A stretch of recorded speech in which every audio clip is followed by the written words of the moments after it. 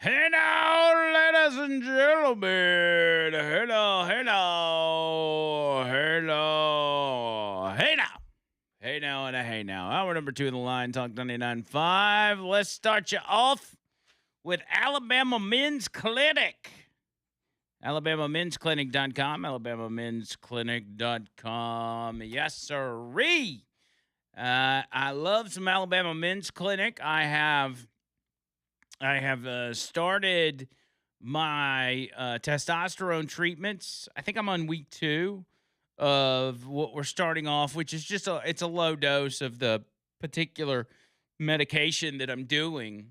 And I honestly, I've been so busy. We were, kind of just taking a break from everything over the past couple of days. I hadn't really paid attention to how I feel per se, but as I think back on it, I expected this morning to be like super duper tired and Mhm. worn out because yesterday I woke up at like 5:30 and we went down to the beach early or whatever, and I wasn't. I didn't feel like I was incredibly tired this morning. I No, felt, man, you were juiced when you came in. yeah, I felt like I was, like I got a good night's sleep and stuff like that. So So you had a good time this weekend. Nudge, nudge, wink, wink. Say yeah, no more. yeah, I had a good time this weekend. But I feel like, and it's kind of early on, but Jeremy told me, after a couple weeks, 2 or 3 weeks, you should start noticing a difference. And I think I'm turning that corner. I think I'm starting to notice the difference. So if you think you may have low T, you probably do. I'll be honest with you. I was shocked that I did, but at 40 years old, apparently different things have kept my testosterone from being where men like it to be, which is in that 600 to 900 range. And that could be you as well. You could be living your best life, could be at the end of your fingertips. All you got to do is reach out and grab it. And that's why I encourage y'all to go to the Alabama Men's Clinic.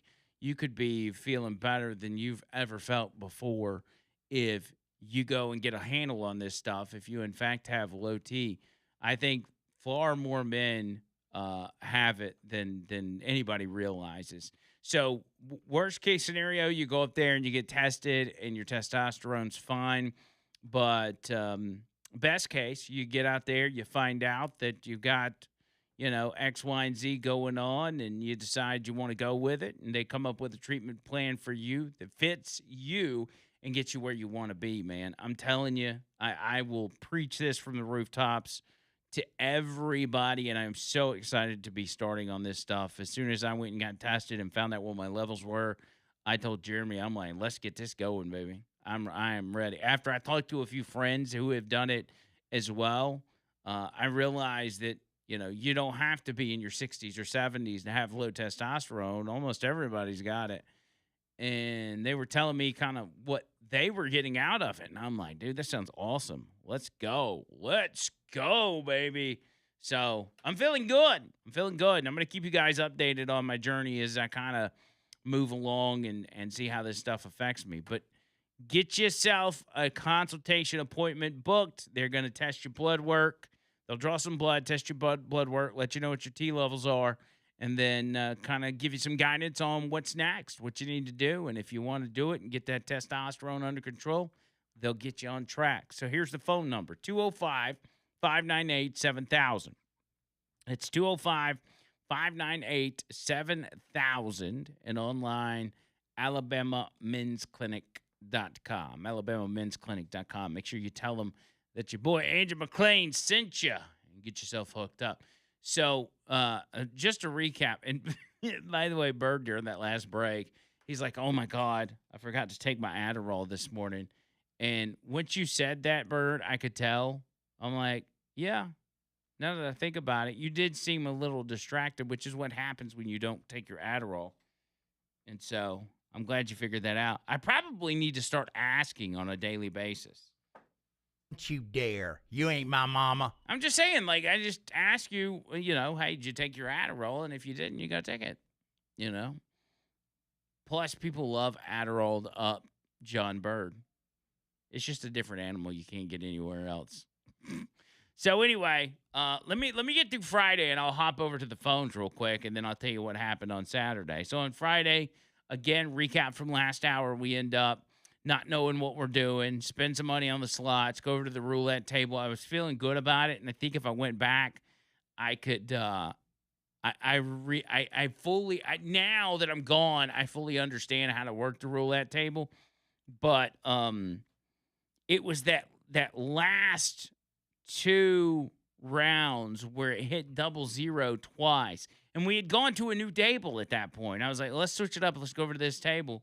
I do red twice, and both times it hits the 00s. And I'm like, what are the chances? Because Exactly. What are the chances? for it to hit 00, it's like a 2% chance.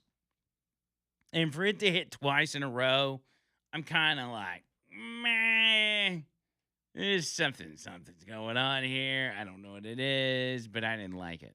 It made me and people in the casino world are very serious about playing, including the employees. I will say that I noticed because I asked Trish, I said, do you think people, not just in Biloxi, but in general tourist towns, do you think they enjoy their jobs that are in the service industry? Because they're constantly meeting people that are out of town on vacation. A lot of them are in a good mood, or whatever. Do you think they enjoy it? She's like, no, they don't. She said, did you see the employees in the Hard Rock Casino? Did you see the looks on their faces? The lady that brought us our drink was not happy or very, what's the word I'm looking for? Bubbly. The people at the tables weren't in the business of conversating whatsoever, which may be a certain decorum when it comes to, casino employees. They may not be able to carry on conversations and befriend you, but they're all like kind of locked in and serious. And then there's these red suit people that walk around. They're wearing like red suit jackets. And I partially wonder, is that what AJ does when he goes to these casinos? He's like a gaming commissioner. He goes around and he's kind of like the enforcer and checking to make sure nobody's cheating or the workers at the tables are doing what they're supposed to do. Maybe. I was just calling them the red suits because they were all wearing red blazers. But so yeah, that all happens. We end up leaving. Surprisingly, the restaurants around there closed early on Friday night. I'm talking like 10 o'clock. And so we couldn't figure out exactly where to go. That's weird. Yeah, we didn't want like McDonald's or whatever. We would have liked something that was local, but we ended up finding a cookout that was like 30 minutes away. So we ended up driving to that cookout, and the drive-through guy that worked at that cookout was the nicest guy on the planet. We pulled up, and he's like, what you want to order? And we're like, well, we need a second. He says, take your time. You're the most important person to me right now, or something like that. And I was like, dang, bro. And I was really excited to meet him at the window, and then we never got to see him. It was somebody else. They may have been outsourcing their drive-through people to India or something, for all I know. But that food, what I got, was so freaking good. I mean, if you don't like Cookout's burgers, you're probably communist.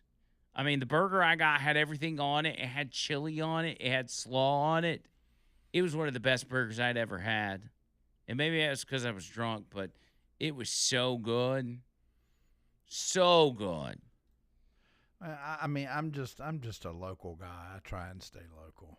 And then I look at Trish and I'm like, have you seen those videos of those people eating those cheese sticks from Chili's?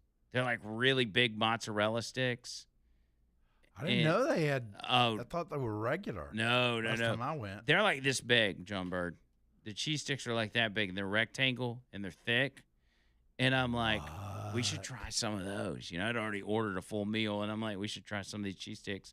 So I call them up. There's Chili's down the street from the cookout. I hit them up, and they're like, yeah, you just place your order. We'll come pick them up. She's like, that'll be $17.50 for 6 cheese sticks. I'm like, what? Well, I guess if they're gigantic. $17 for 6 cheese sticks? That's crazy. But I was like, whatever. We're on vacation. I go down there. I pick them up. I try them for the first time. And oh my God, these are the best. Really? Oh, man. They are amazing, Well dude. worth the money, huh? Oh, the cheese pull on them when you bite into them. I mean, I don't think you should be charging $17 for mozzarella sticks. But holy crap, are those things good. They were so good. And anyway, so that's what I ate. And that's not the only time we got cookout or those cheese sticks, which I'll explain a little later in the show. First, let me squeeze through a couple calls before we hit the break. Richard the Cop, what's up, buddy? Couple of things, Andrew. The one and only time I've stayed in Las Vegas, we stayed at Bally's. They don't have refrigerators or microwaves in there because they want you to eat downstairs. Yeah, that's what I was thinking was the case with this place. It wasn't a hotel at the casino, but it was the same concept. The Red Jackets are pit bosses. They are the supervisors for the employees that are working the table. Okay. They're looking for cheaters. They're looking to solve any kind of problem that comes up. They're the first step before security gets involved. Yeah, because they were hawking the employees. He would get over there and kind of like start looking over the dude's shoulder and, this, that. Because I would assume they don't want like an employee's buddy to come in there and he like helps him win a bunch of money and splits it with him after work. When you're working in the surveillance room watching the cameras, they train you to look for stuff like that too and sleight of hand things, and it's real intense. But glad y'all had a good trip, and hope the Alabama Men's Clinic helped the weekend work. Yeah, buddy.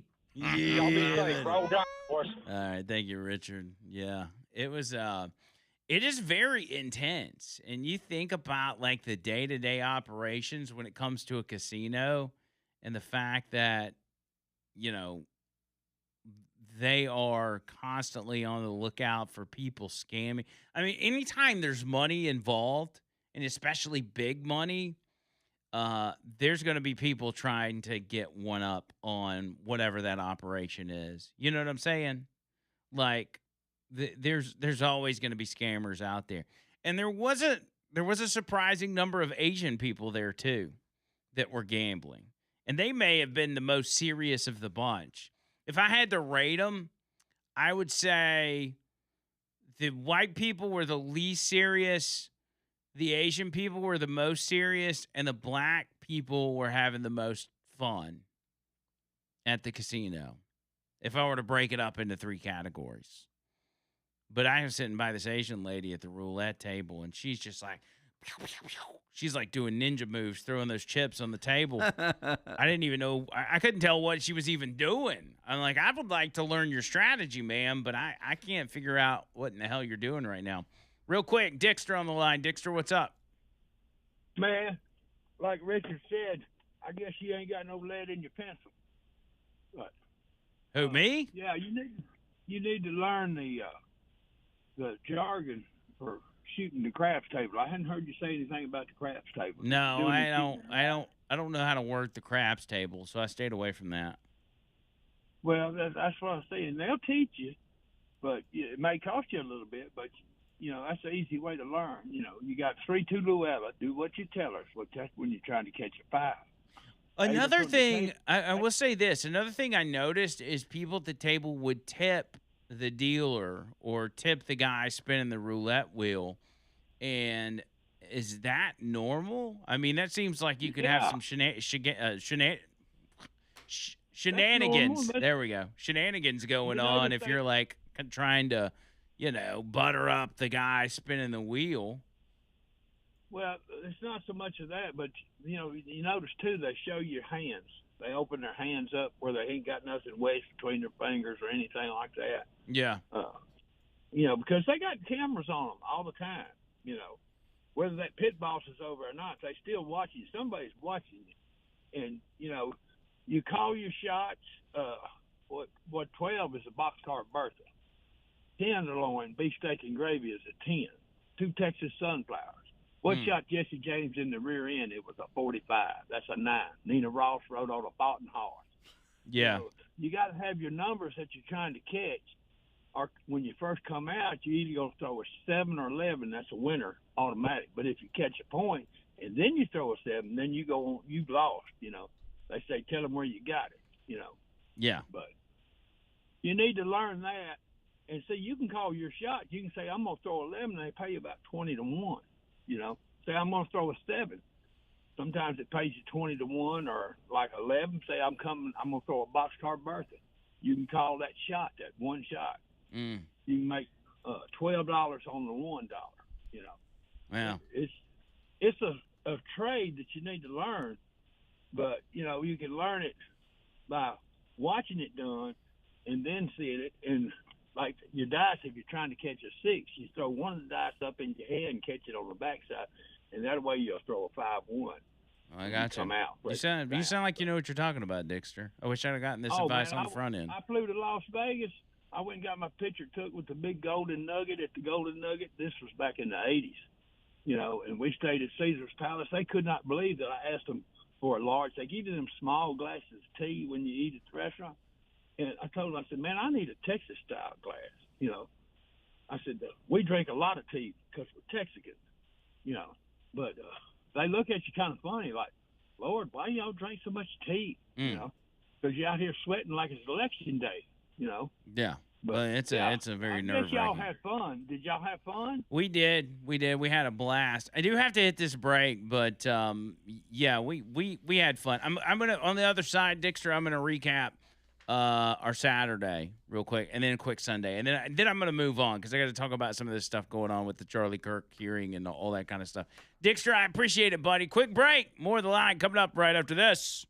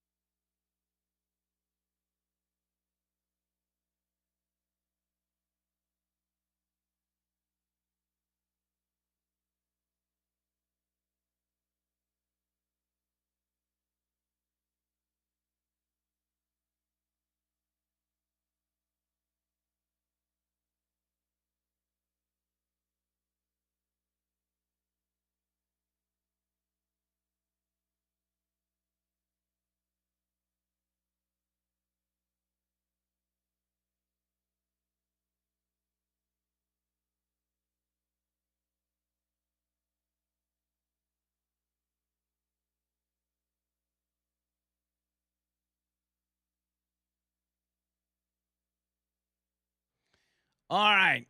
So I'm gonna go back to the phone lines, and then I'm gonna move on to Saturday. I got to get through this stuff. I just promised. I made a lot of notes, John Burr. Look at these notes that I made for a trip.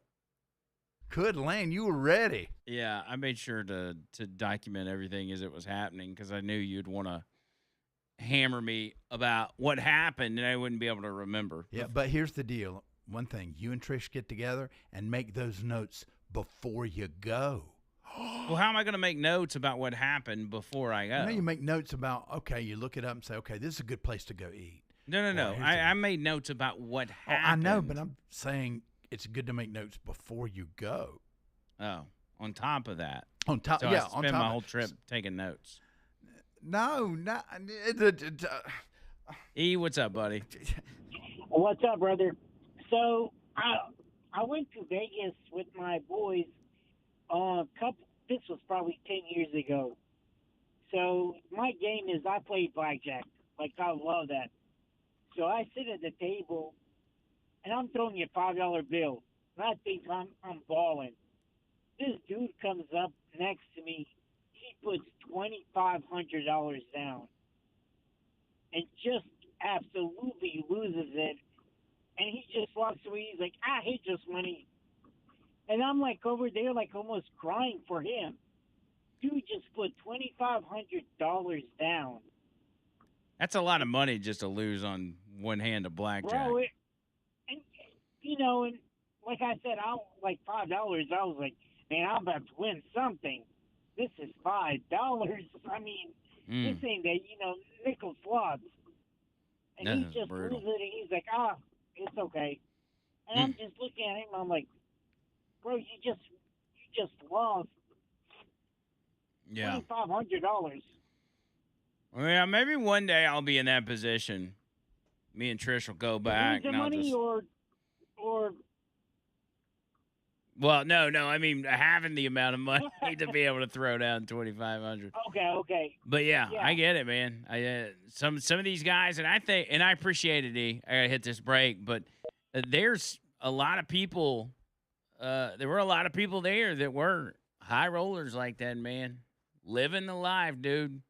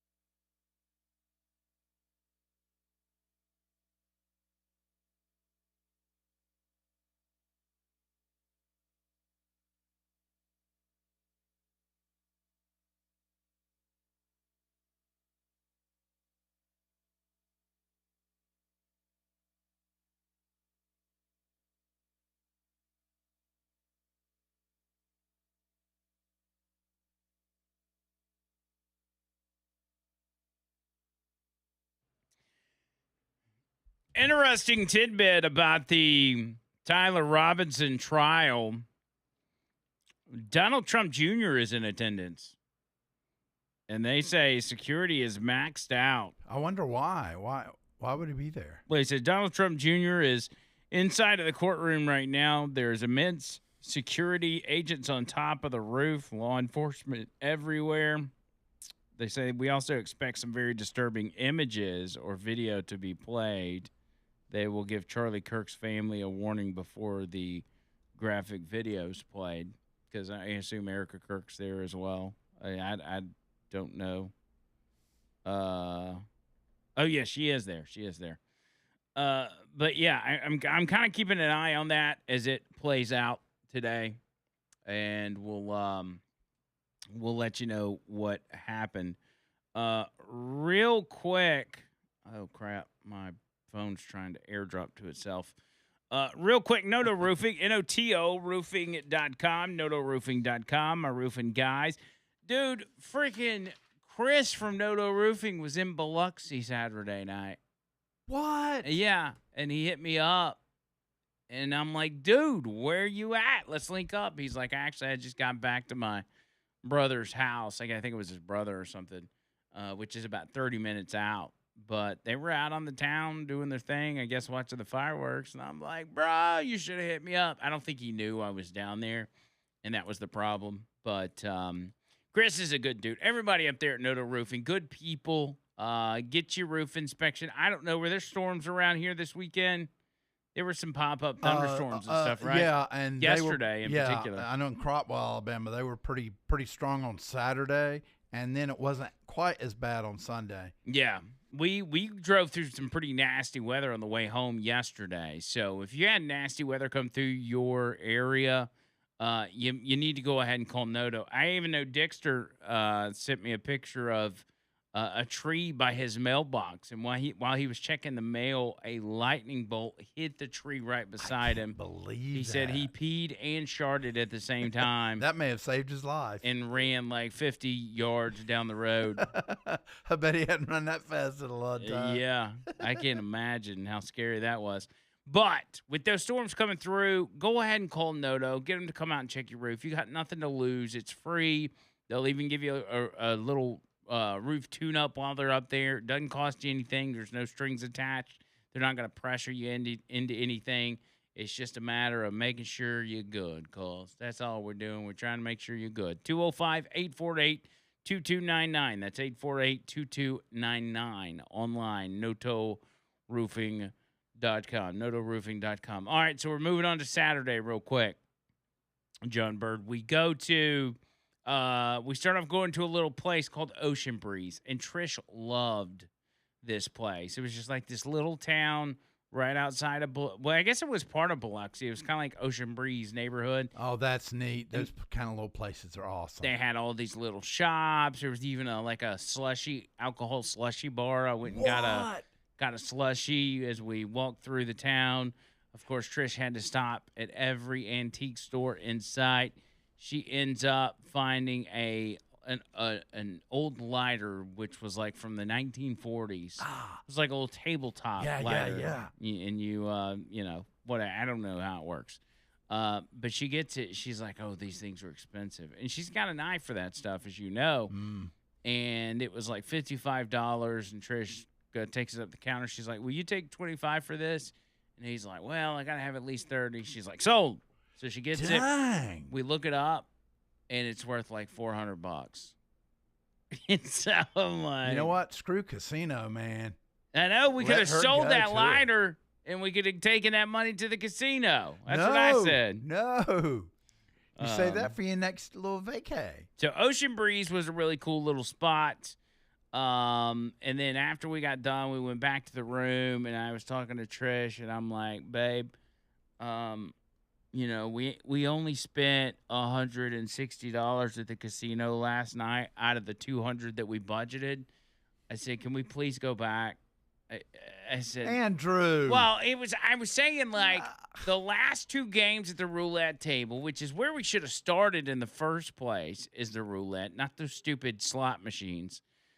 But the last two games we played at the roulette table, they both landed on 00. And I said, I can't leave on that. I said, I can either not go back and live with the fact that my winnings were just right there on the edge. It was just one or two games away from me hitting it big, or I could go back and confirm that I'm a loser and that I'm not going to win any money. I said, I can't live with the thought that I could have possibly won if I would have stuck it out a little longer. Andrew, you're already addicted, dude. That's addiction talk there. And she's like, fine, that's fine. She's like, we Trish. budgeted it anyway, so we'll go up there. We'll take $60 more up there. You can do the roulette table, and we do it. So I got up there, and I turned my 60 into 75, and then I lost all of it. And I'm like, babe, can we just like maybe 20 more bucks? Come on, man. And she's like, no, we're not doing it. Yes. I'm like, fine. All right. Go, So Trish. let's get out of here. We had everything planned out. I mean, everything was budgeted, which is, she's like a very Dave Ramsey-esque person. So we try to budget everything. And so it went as planned. Actually, we spent less money than we thought we were going to spend on the overall trip. That's awesome. Yeah, which was a very good thing. But anyway, so we laughed, and I felt better about Wait, it. you're because, missing something. You What- posted something. Well, just let me get through my story. I'm Because probably you were saying you're going home. That's what. no. This Oh, is okay, we're on okay. Saturday. I'm sorry. I'm So we're leaving the casino. We're going back to the okay. room. Okay. And I felt better because instead of me having to wonder whether or not I was going to be a winner, I knew I was a loser. So I left with the knowledge that I was born to be a loser in the casino. No, you weren't. And so we left. And after that, we went back to the room. There was a lot of. I say a lot. There was some chilling in the hotel room during the trip. And normally, now, I don't mean like that, but I'm saying like during the day, we would go in and maybe take a nap in the hotel room. Like it was that nice. And that's room. great because it's somewhere different from your house, and sometimes you just relax. And I've that's done not what I'm used to, though, because I grew up in a way where it was like we went and got the cheap motel, and the motel was only for sleeping at night, and during the day, you're doing everything you can to take advantage of your vacation because you don't know when the next one's going to be. So to have a nice hotel room, it was kind of like, okay, we're two adults. We're on vacation to relax. There's nothing wrong with relaxing in the room. And I agree with that. So that's what we did. We did a little relaxing. Sweet. And said, you know what? Here in a few, we'll go down to the beach. They've got a rooftop area at the hotel where we were going to watch the fireworks from. But instead of going up there, we did go up there and check it out. It was really nice. We had decided to go watch the fireworks on the beach instead. Oh, yeah. So we get down there, and everybody's making TikToks and stuff. Like everywhere I turn, on the side of the road, at the beach, everywhere. Young people, and it's young people in particular, but inside the hotel, people are making TikToks left and right, which that's the state of society that we're in. We get down to the beach, and it is like a war zone. It's not Biloxi Beach, it's Normandy Beach. And because there are fireworks going off in every direction, and some of which are not going straight up. Some are getting tipped over and firing across the bow at people because, it's in sand and it's not secure or whatever. And it's just fireworks all over the place. And so your head's on a swivel to make sure you don't get hit. And then at some point, I think at 9 o'clock, they finally do the big fireworks show, which was absolutely amazing. They had... so y'all stayed on the beach. We watched the fireworks on the beach. And dodged fireworks. They did it on the edge of a pier, so it was kind of like it was out in the ocean. Oh, yeah. It was similar to what we experienced last year in Savannah, where they did they did the fireworks from the river and had it on a boat, which I thought was super cool. But the fireworks were great. Congratulations, City of Biloxi. You did a good job. But here's what disappointed me the most was when everybody was on the beach shooting fireworks. I said to Trish, I said, these people are going to leave all this trash and all this fireworks stuff here. They're not going to clean up after themselves. It's dark out there. You can't see. There's not really any lights on the beach. And sure enough, we got up early. We woke up at 5:30. We got to the beach at like 7. And her and I walked on the beach. She likes collecting seashells, and she's got these kind of she's got this bowl at the house. It's got a bunch of seashells that she got from Tampa and from Savannah and now from Biloxi. We go down there, and there's just fireworks garbage everywhere.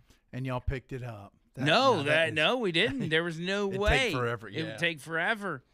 And I'm just like, I'm sure the city will have somebody out there cleaning it up, but I'm just like, man, why are people not cleaning up after themselves? Biloxi doesn't have the best beach. First of all, it's not Gulf Shores. It's not our beaches. Right. The water's kind of brown. The sand's okay, but it was kind of disheartening to see all that trash on the beach. Yeah, I'm like, y'all pick up after yourself. As I've gotten older, I'll pick up trash sometimes. Not that much, but if I see something where somebody didn't even try and throw it away, like I'm going into a store or whatever, I'll pick it up and throw it away. So we do that, go back to the room, chill out a little bit, then we hit the road. I wanted to go by a couple malls on the way to look inside the lids. There's a particular hat that I wear called No Bad Ideas. That's the brand. Mm-hmm. And you can't buy them online. What do they have on? Do they have what emblem do they have? It's that little crown that's on the corner of my thing. Oh, that one? Let me see. It's black on black, so you can't really see it. But it's called No Bad Ideas. No Bad Ideas. And I guess they only distribute to lids.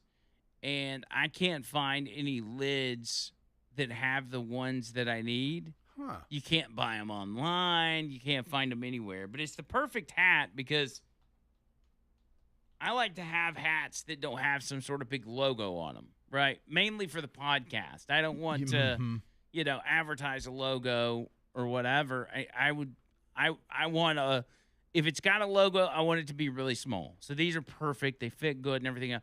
I cannot for the life of me find these hats anywhere. So I went to one mall. They had a few, but not the ones I was looking for. And then there was a second mall, but it was so out of the way, we didn't even go. But we end up going to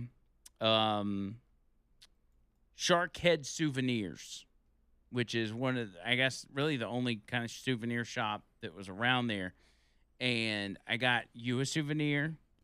And I got Tony Gump a souvenir. What? Which I will present to you guys on tomorrow night's podcast. Well, you're going to blow away mine that I got that I forgot. Oh, yeah, it'll blow you away for sure. Great. Yeah, but it's fine. We got that, and then I noticed this airbrush section in the back. And I'm like, I'm already having, like, nostalgic moments because of... I'm thinking about being a kid and going in souvenir shops and how cool that was. It was before you were buying stuff online, and it was just in your mind like the beach was the only place you could buy some of that stuff, whether it's like a shark tooth necklace or hermit crabs with painted shells or whatever. And so then I see these airbrush T-shirts, and I'm like, God, we used to have those as kids. I was like, babe, why don't we get an airbrush T-shirt for me and you? We'll get matching shirts. She's like, really? I'm like, yes, it would be so cool. She's like, I've never had an airbrush shirt before. I said, well, that settles it. We have to do it. Absolutely. And sure enough, I love it. As gay as it sounds, I went up there and I got this beautiful shirt for those of you watching on YouTube. Look at this. Look at that. Andrew and Trish, Biloxi, Mississippi. This is actually a picture of us right here. That is our silhouette. Wow. In the water, kissing. And she got one too. Yes, we got matching shirts. You got great pictures. You need to frame that. Yeah. Seriously. Oh, and that was another thing. She likes to get local art from. Yeah, that's the one. So we did that. We did that Saturday morning. We always have to go to local art galleries, and she found one. She's got one from when we went to Tampa, from Savannah, and she puts them on the wall in the living room, and That's it's kind so of cool. it's a reminder of, hey, we went and did this. We actually saw what's in the painting and everything else. But anyway, so we do the airbrush shirts, and I'm like overly excited about them. Trisha's looking at me like I'm stupid. But I think she liked hers too. It was kind of cute. It was a little gay, but kind of cute. Now And- you got to wear those more than once. Don't just put them in the closet. Oh no, this will be part of my regular routine. Yeah, when you go to the Costco, you got to wear them together. Oh yeah, and I like the pink and the purple. I think it's got a good vibe to it. It does. Andrew and Trish, look at that. It's all about the love. So we do that. What else? Then we head home. It's like 12:30 at that point. We'd like to get home at a decent time. If we're leaving at 12:30, that's going to put us at home at like 5. Right? So it's a 4.5-hour trip. I pull up Apple Maps, and I pull up the GPS in my car on my screen. And the GPS in the car is giving me this weird route that's going to take me east and then kind of up some highways until I what's get going on with that GPS? It's happening to me too. Well, it takes me on highways until I get to 65 in and around Montgomery.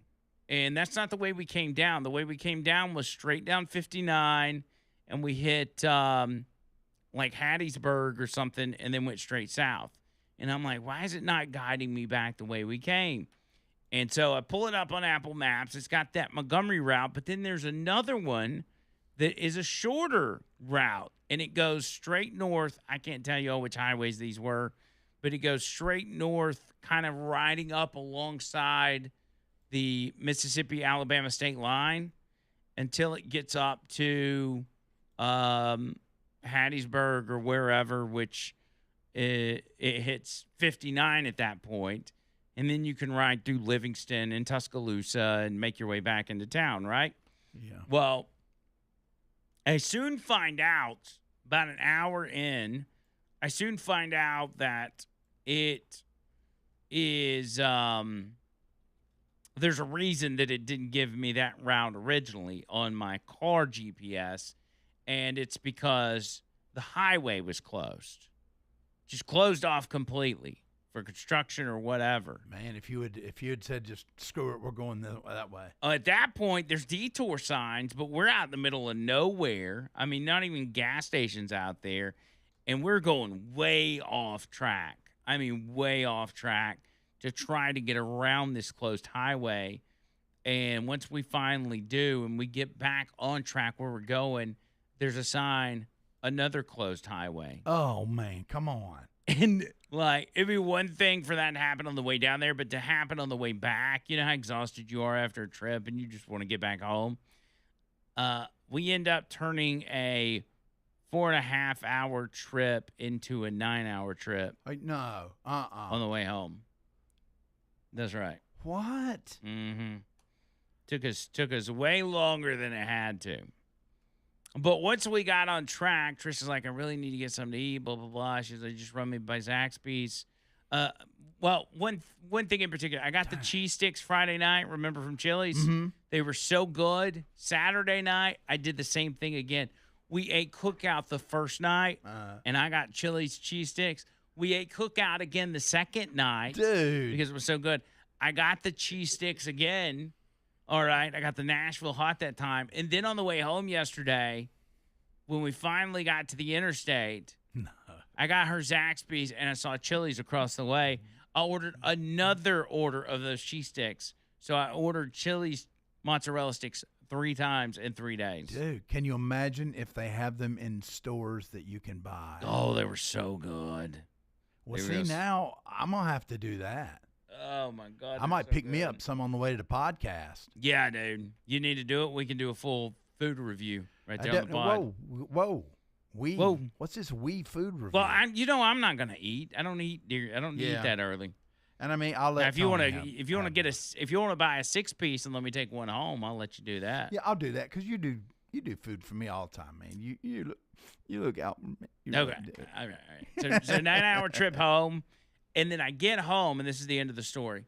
I get home, and some a-hole in the neighborhood is shooting fireworks at 9 p.m. on Sunday night, on July 5th, and I'm like, what is it with people like trying to make a bunch of noise to just get on my nerves? It was the kid at the hotel the first night. Now I'm home. And some jerk off as like firing off fireworks on July 5th when everybody's got to go back to work the next day Man. after their 3-day And weekend. the parents let them do it. Well, it may have been the parents for all I know. Had some left. Oh, I did have a question. That first night at the White House, Yeah. did they give you a new room? No. It eventually, we left and went and did some stuff. And then by the time we got back, You'd been it kicked stopped. out. So they either Yeah, or moved warned them hard. or there were some people. There was a couple with a couple kids that came walking through the parking lot where me and Trish looked at each other and said, "That's probably them right there." You know, we just looked at that couple and we're like, "Yeah, you're probably the ones that are letting your ish head kid run around and make a bunch of noise." So I don't know who it turned out to be. Met some cool people out in the parking lot, too, that I had some conversations with. One guy out of Memphis, him and his wife, 70, 80-something years old. It's just a good time all around. All right, I got to take a break. I'm way behind. Then we're going to get to some headlines. 205-545-9950 on this Monday edition of The Line. Hang tight.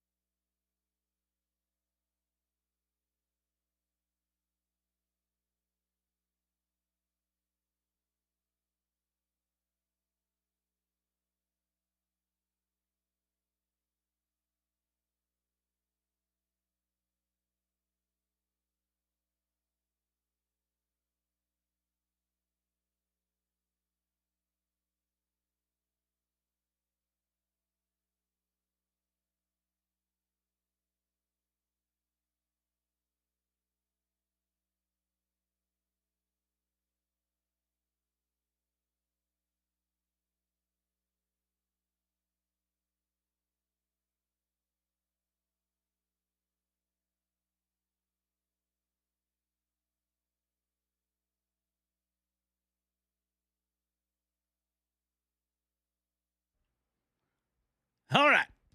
Here we go. I just got a text from Jeremy at Alabama Men's Clinic, ironically enough. He's like, "Hey, man, just checking on you, see how you feeling."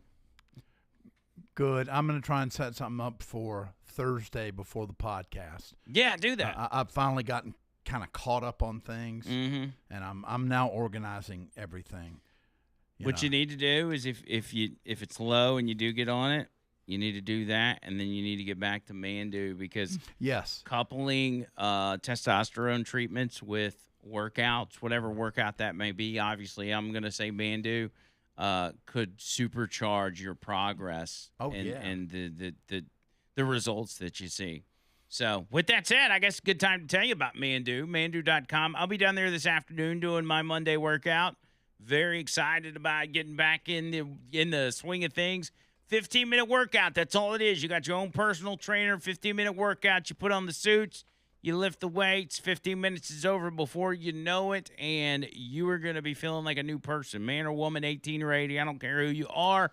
Go to the website, mandu.com, MANDUU.com. All the information is right there for Homewood, Huntsville, and Tuscaloosa, whichever one you want to use. It's there for you. MANDUU.com.